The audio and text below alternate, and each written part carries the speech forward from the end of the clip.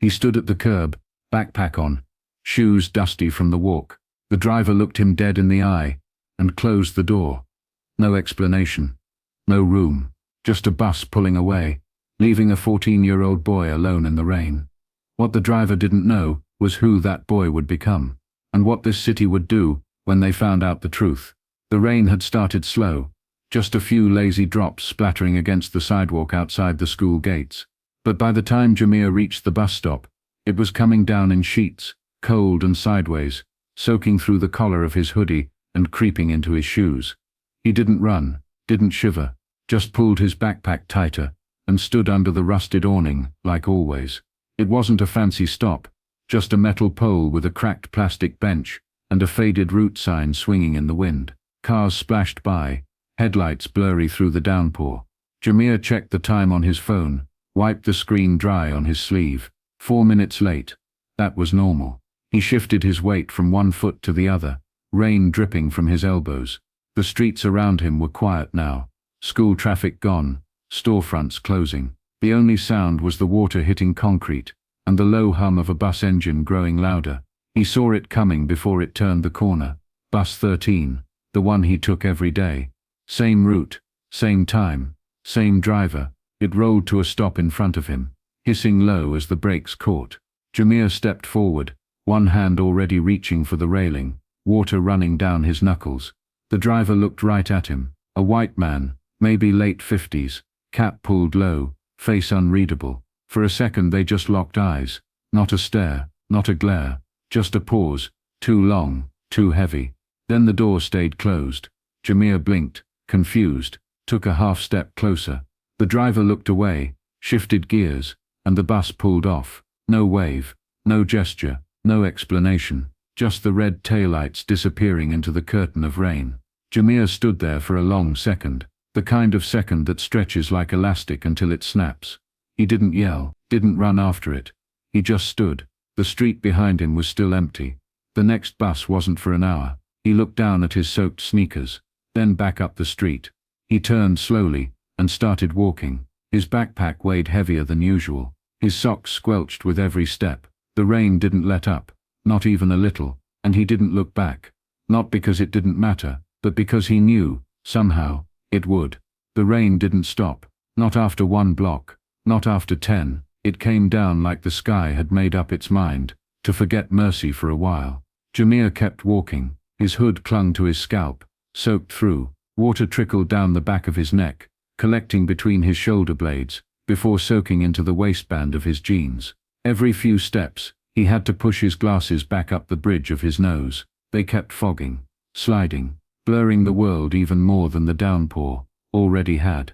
Cars passed, some fast, some slow. A few hit puddles hard, waves of water spraying out like rude applause. One honked, but not for him, just impatience somewhere behind his wet, quiet world. He passed the gas station, with the busted E on the sign, past the barber shop that only opened on weekends, past the old church, with the crooked reader board that said, "God don't miss nothin'." He kept walking. Inside his head, the scene played on repeat. The way the driver looked at him, the pause, the choice. It wasn't loud or dramatic, that's what stuck. The quietness of it, like he didn't matter enough to explain. He imagined telling his grandma, how she'd nod slow and say, "Some folks don't see you till you make them." He imagined telling his mom, if she was still around, she wouldn't nod, she'd call somebody, say some words that cut like clean glass. But she was gone. 3 years now. He wasn't angry. Not exactly, not yet, but something was buzzing in his chest. Not loud, just steady, like a low drum beat. He crossed Main and cut behind the dollar store. His backpack sagged, waterlogged. The weight pulled at his shoulders, but he didn't shift it. He let it hang, heavy, honest. By the time he turned onto his block, the rain had started to slow, not stop, just soften, like it was tired too. His sneakers left squishy prints up the cracked driveway. The porch light was already on, just like it always was.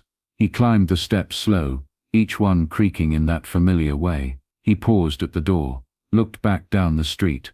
Water still glistened on the pavement. He didn't know why this time felt different.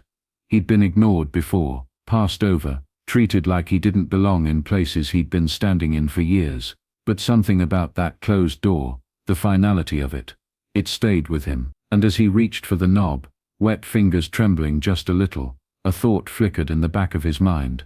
What if it's not just me? What if this happens all the time, and we've just gotten too used to swallowing it? The door creaked open, and Jamir stepped inside, still dripping, still thinking. The screen door clicked behind him, and the warmth hit first. Dry air, faint smell of rice and collard greens, and the low hum of gospel playing somewhere in the back room. His shoes squelched against the floor. "Lord, boy," came a voice from the kitchen. "You walk through the whole ocean?" Jamir didn't answer right away. He just stood there, water pooling beneath his feet, arms limp at his sides. His hoodie clung to him like a second skin, dripping steadily. His grandmother shuffled into view, one hand wrapped around her worn wooden cane, the other wiping her hands on a dish towel. Her eyes scanned him, wet clothes, sagging backpack, something not quite right in his posture. She didn't speak again until she was right in front of him. What happened?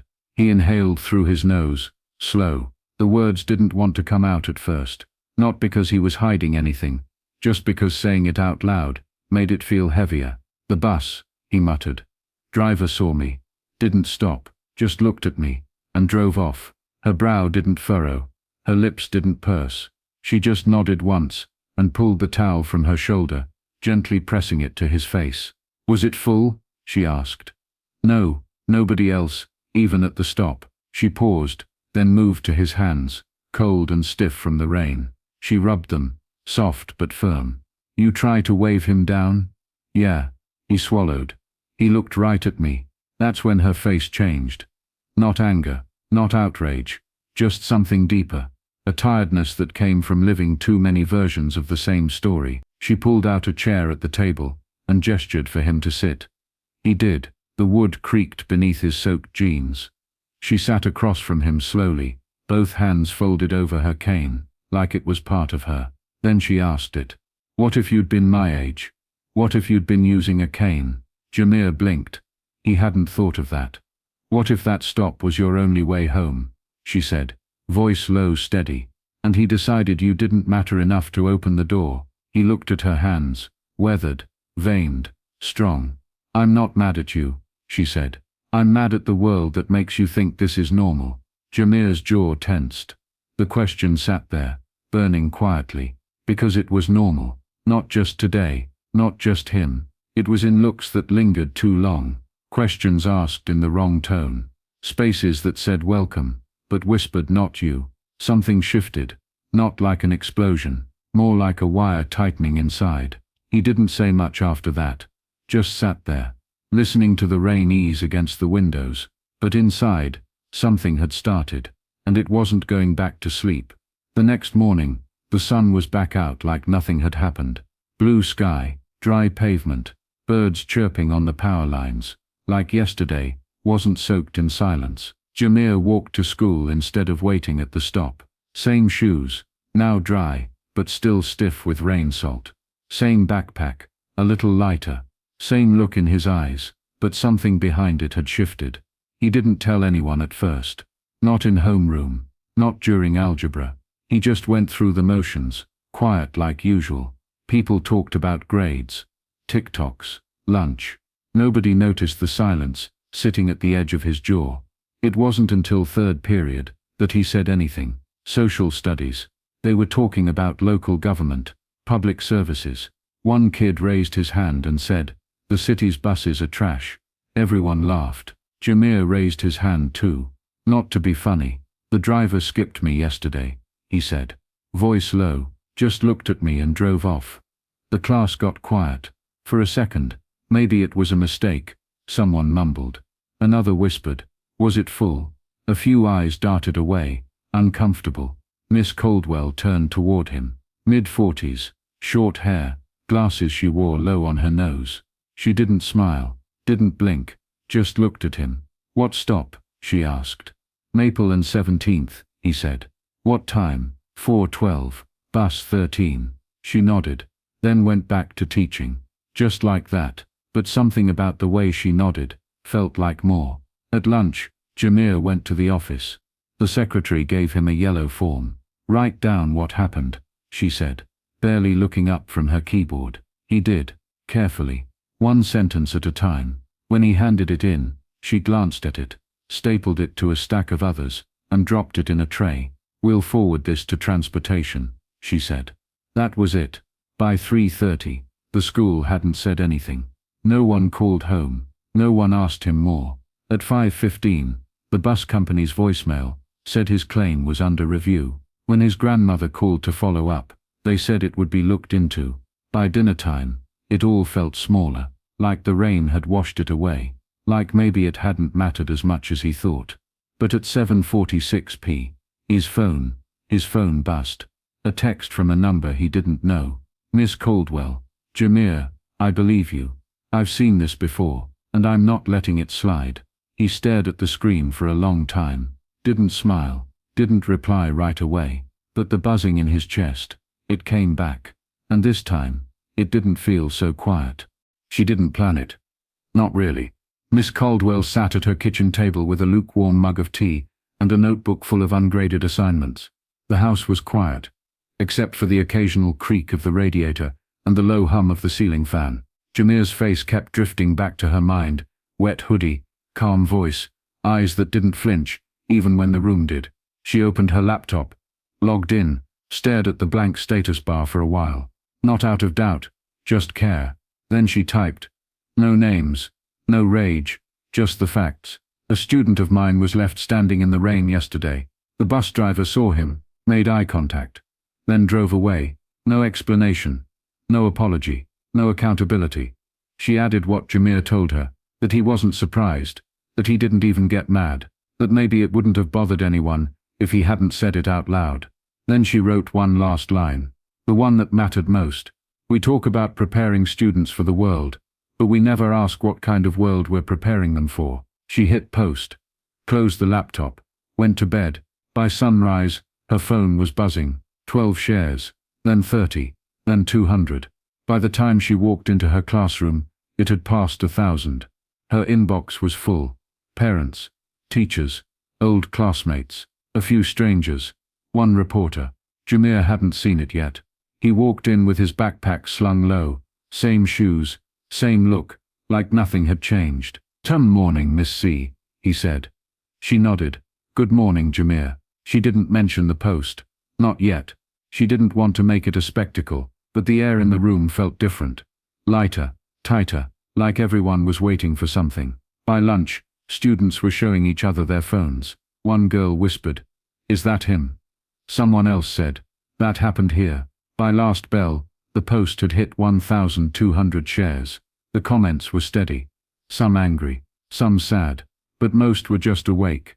"This isn't new, it's just caught. Same thing happened to my son last year. If that had been my kid, we need names, we need answers." Jamir didn't say much, just walked home like usual. But when he opened his phone that evening and saw the post, saw the words, his words, sitting in front of thousands of people, something inside him shifted. He wasn't invisible anymore, not to everyone.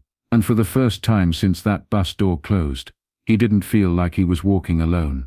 The next morning, the sky held its breath, grey clouds overhead, wind picking up just enough to lift fallen leaves and ruffle collars. No rain yet, just the kind of stillness that comes before a shift. Jamir stood at the corner of Maple and 17th, same time, same backpack. The sidewalk was damp from the night before, but his shoes were dry this time. He wasn't alone. 3 other students were already there when he arrived. 2 from his homeroom, 1 from band. They nodded at him. Nothing loud, just a quiet kind of solidarity that didn't need big words. Then more came. 10, then 15, some with earbuds in, some whispering nervously. One girl held a hand-lettered sign against her hip. It read, "This seat was never yours to give." They waited.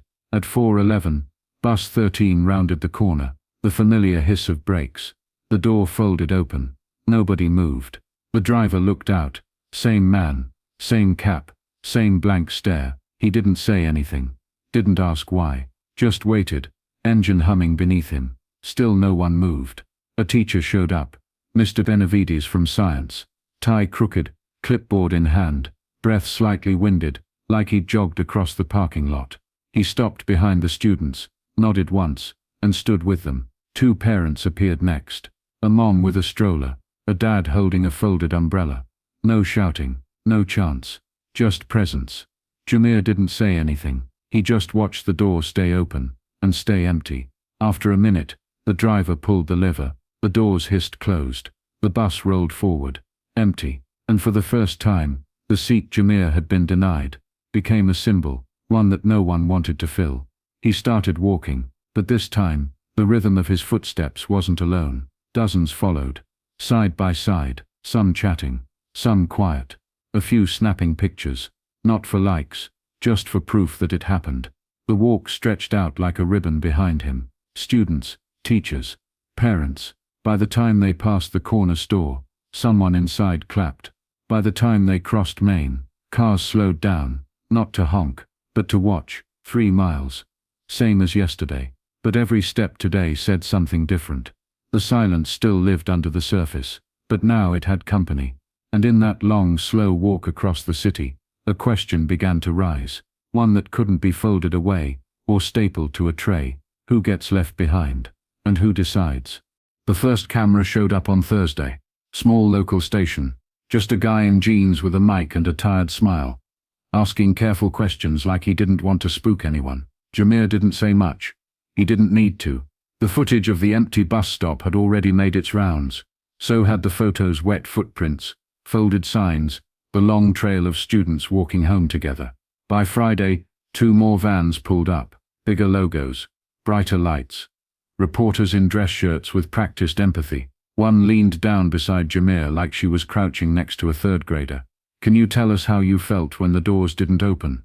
Jamir just looked at her, then shrugged. Same as always. By Sunday the mayor had made a statement. Vague, polished. "We are committed to dignity and equity in all public services." But it was Monday morning when things cracked open. A city council member, young, sharp, the kind who didn't wait for permission, stood on the steps of City Hall and said it plain. "If this was your son, would you call it a misunderstanding?" People listened. The school board scheduled an emergency meeting. The superintendent called it deeply regrettable and promised a thorough review. Jamir sat in the back of the meeting room with his grandmother. She wore her Sunday hat. He wore his silence. But the driver? He sat at a table across the aisle. Pale blue shirt. Union rep beside him. He cleared his throat. "I didn't see him." The room went quiet. He wasn't at the stop. Maybe he came out late. "I never refuse kids' rides. That's not who I am." Jamir stared forward, unblinking. Then came the twist. "We'll need to verify," someone said. "There's no onboard footage. It'll come down to testimony." Testimony. Like it was a trial. Like his word wasn't enough. Jamir felt the eyes in the room shift, not just at him, but through him. Like they were calculating, measuring, weighing how much truth a black boy could carry in one sentence. His grandma's hand slid over his. Not tight, just steady. He didn't stand, didn't speak. He let the silence stretch until someone else broke it. A teacher did, then a parent, then a boy in the second row who whispered, "I saw it happen. I was across the street." Voices started to rise, not in a wave, but in sparks, each one small, but hot. Because the city hadn't just left Jamir in the rain. They were now asking him to prove it mattered. And even though his voice stayed soft, the world was finally starting to lean in. The corner store sat 2 blocks from the stop. Paint peeling, windows smudged with time, a faded sign that just said market. Most folks walked past it without thinking. Miss Caldwell didn't. She stepped inside late afternoon, her teacher badge still clipped to her blouse, a folder tucked under her arm. The bell over the door jingled weakly. "Excuse me," she said to the man behind the counter. "You have cameras outside?" The clerk blinked. "Depends who's asking." She gave her name. Her tone was polite, but not soft. The kind of tone that came from years of hallway duty and broken systems. She explained what happened. What Jamir had said. What was being questioned. The man nodded slowly. "You mean the kid in the grey hoodie?" Her breath caught. "You saw him." "Didn't see it live," he said. "But I remember checking out the window. Thought it was weird the bus didn't stop." He tapped the keyboard. "Let me pull the footage." Minutes passed. The store hummed with refrigerators and silence. Then he turned the screen toward her. There it was. Timestamp, 4:12 p.m. The rain came down in sheets. The bus rounded the corner, slowed. Jamir stepped forward, one hand raised. The driver looked. Then the bus pulled off. The doors never opened. Miss Caldwell didn't speak. She just stared. Like the screen held something sacred. "Can I get a copy of that?" she asked. "Yeah," the clerk said. "I'll email it." "You want audio too?" "There's no sound," she said. "But there's truth." That night the video hit her page. No caption, no opinion, just the clip. It spread faster than she expected. By morning it had 60,000 views. By noon, 300,000. By dinner national news had picked it up. The footage wasn't dramatic. No yelling, no crash, no headline moment. Just a boy in the rain, a bus that slowed, and a door that stayed shut. But that was the point. Because now the silence was on tape, and silence on camera is louder than shouting in person. People commented by the thousands. "This just hurts." No excuse. None. "My son said this happens all the time. This is why we march." Jamir didn't post anything. Didn't retweet. Didn't speak into a mic. He just watched. Watched the world see what he already knew. And for once he didn't have to explain it. Didn't have to prove it. Because now the door that stayed closed had opened something far bigger. They didn't call it a protest. No hashtags in all caps. No bullhorns. No speeches rehearsed in someone's basement. They called it a walk. Just that. A walk for Jamir. A walk for anyone who had ever stood at a curb and been told, without a word, "You don't belong here." Flyers went up on community boards. Church groups shared it through prayer chains. A local artist made a simple poster. Jamir's silhouette in the rain. The words, "This time we walk together." By sunrise Saturday, the sidewalk near Maple and 17th was full. At first it was just the students. Backpacks on, like a regular school day. But there were no classes, no bells, just intention. Then came the parents. Mothers holding umbrellas, fathers in work boots, grandparents with lawn chairs folded under one arm, and resolve under the other. Then came the teachers, the pastor from the neighborhood church, the owner of the corner store, a woman in a wheelchair with a sign on her lap. What if it had been me? And then came everyone else. The crowd swelled past the edges of the block. People spilled into the street. Some wore rain jackets, even though the sky was clear, almost like they were carrying the weather. Jamir had walked through. No one gave a signal. They just started walking. 3 miles. Same route Jamir took that day. Past the gas station with the flickering sign. Past the shuttered barber shop. Past the bus stop, where the door never opened. He walked near the front, next to Miss Caldwell and his grandmother, who clutched her cane, like it was a flag. Nobody chanted. Nobody yelled. They didn't need to. Because the sound of footsteps, hundreds, then thousands, was its own kind of anthem. Sidewalks couldn't hold them. Cars pulled to the shoulder. A bus driver, not bus 13, stopped and stepped out, head bowed, as they passed. News crews hovered, trying to catch the moment, but the moment wasn't loud. It was steady, and it belonged to the people walking. 3 miles became something bigger than distance. It became memory. It became witness. It became a kind of healing that didn't need permission. When they reached the end, just outside Jamir's school, there was no stage, no microphone, just a long pause as the crowd gathered, shoulder to shoulder. Then a boy near the back started clapping. Slow, steady, real. The rest followed, not because someone told them to, but because they knew this wasn't about fixing the past. It was about making sure the next time that door closes, someone's already walking beside you. The mic felt heavier than it looked. Someone had pressed it into his hand, gently, without pressure. Just a quiet gesture from a woman in a city council jacket, who said, "If you want to say something, they'll listen." Jamir didn't step onto a stage. There wasn't one. Just a folding chair, someone flipped upside down for him to stand on. He climbed up slow. The crowd quieted, without being asked. The kind of silence that leans in. He looked out, saw familiar faces. Miss Caldwell, near the front, his grandmother seated with her cane, resting across her lap. Classmates clustered in nervous knots. A man in uniform standing alone near the flagpole, head bowed. He didn't know what to say. So he told them that. I didn't plan anything, he said, voice catching slightly on the mic's feedback. I didn't think I'd be talking to anybody. Not like this. A few people smiled. Some nodded. No one looked away. I didn't think it would matter, he continued. That the bus didn't stop. I mean, it's not the first time something like that happened. The crowd was still. But I guess what hit me, he said, was how easy it was for someone to decide I didn't need a ride. Like I didn't belong on that bus. Like my walk home didn't matter. He paused. Swallowed hard. I've been invisible before. At stores. In hallways. Sometimes even in classrooms. But that day, standing in the rain, it didn't feel small anymore. It felt like the world was saying, you don't count. He looked down for a second, then back up. But then, this happened. His hand motioned, soft unsure, toward the crowd. This walk, these people, you showed up. For me, for everyone who ever felt that silence. A breeze passed through. He gripped the mic tighter. I don't have big words, he said. I'm not a speaker, but I'll tell you what I learned. Being seen, really seen, shouldn't take a march. It shouldn't take footage or news stories.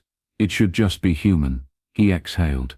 So thank you, for seeing me, for walking with me. I never asked for this, but I'll never forget it. He looked down at Miss Caldwell. She nodded once. He handed her the mic, then stepped off the chair. The applause wasn't wild. It wasn't stadium loud, but it was real, layered, rising, whole. And for the first time, Jamir didn't feel like someone who got left behind. He felt like someone the world was finally walking toward. It didn't all change overnight. The headlines faded. The hashtags slowed. The cameras packed up. But some things stuck. 3 weeks later, Jamir sat in a city building he didn't know existed until someone mailed an official-looking letter to his house. Inside, everything smelled like paper and coffee that had been sitting too long. The meeting room was plain, white walls, folding chairs, a table with mismatched pens. At the end of it sat a woman with tight curls and glasses, who introduced herself with a smile and said, "Welcome to the Youth Transit Advisory Board." Jamir blinked. "Me?" She nodded. "Especially you." They didn't hand him power, but they handed him presence. A seat, a voice, a place at the table where decisions start.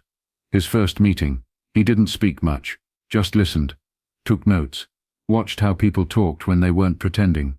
By the second meeting, he raised his hand, said maybe drivers should get more training on bias, said maybe stops should have more coverage, umbrellas, benches, something. They listened, wrote things down. He didn't need applause. He just needed ears that didn't fold his words like paper planes and toss them out the window. As for the driver, he was placed on leave. The company said it was pending further review. There were protests about it, and some defense. People always have excuses when systems get caught doing what they've done in the dark for years. But something had shifted. Policy changes rolled in quietly. Drivers now had to log every skipped stop. Each route would get reviewed quarterly. A new training module launched with Jamir's case as a scenario analysis. They didn't name him, but they didn't have to. And then came the mural. It showed up one morning, painted on the brick wall behind the bus stop at Maple and 17th. Jamir didn't know it was coming. He was walking home when he saw it. 2 artists crouched beside their paint cans, finishing the last brush strokes. It was him, not a photocopy likeness, but something more, him in silhouette. One arm raised like he had that rainy day. Above it, bold letters in deep gold. "This seat is for Jamir." He stood there a long time. Didn't move, didn't speak. Just watched as a little girl in pigtails sat under the mural, waiting for the bus. Her backpack had a cartoon lion on it. She looked up at the painting, then at him. "Is that you?" she asked. Jamir nodded once. She smiled. "Cool," then looked back down at her book. The bus pulled up. The doors opened, and she climbed in. No questions, no stares, no silence. Just a seat at the front, like it should have always been. The morning was bright. No clouds, no wind. Just that quiet kind of warmth that makes everything feel a little more possible. Jamir stood at the stop, alone again. But it didn't feel like it used to. The mural behind him caught the sun, gold letters glowing, his silhouette reaching upward like it always had. A few petals from a nearby tree drifted down and stuck to the sidewalk. His backpack felt lighter, not because it was empty, but because he wasn't carrying everything he used to. The bus came into view, newer model, clean windows, blue stripe along the side. It slowed, brakes hissed, the doors opened. The driver was a woman this time, older, brown-skinned, sharp eyes that softened when they landed on him. She gave a small nod. "Good morning, Jamir. Not kid, not you." His name. He stepped up onto the bus. No pause, no hesitation. The bus was mostly empty. A few riders scattered throughout. One man reading a paper. A teenager scrolling through his phone. Jamir didn't go to the back, didn't settle in the middle. He walked to the front row. Sat by the window. The sunlight cut across his lap, warm on his knees. The driver checked the mirror once, then pulled away from the curb. Smooth and steady. Outside, the city moved like it always did. Cars at stoplights. Stores opening. Someone walking their dog with a coffee in hand. But something in the air felt different. People knew now. Not everyone. Not perfectly. But enough. Enough to nod at him when he passed by. Enough to ask how he was doing. Not just what he needed. Enough to leave that seat open. Unspoken, but understood. He leaned his head against the glass. Watched the trees blur past. This wasn't a victory parade. It wasn't justice wrapped in a bow, but it was peace. And that mattered, because this time, the door had opened, and he had stepped inside, not as the boy they overlooked, but as the boy they could no longer ignore. Up front, in the light, seen, and this time, he wasn't alone. If this story moved you, don't scroll past it, share it. Let Jamir's walk echo beyond his city.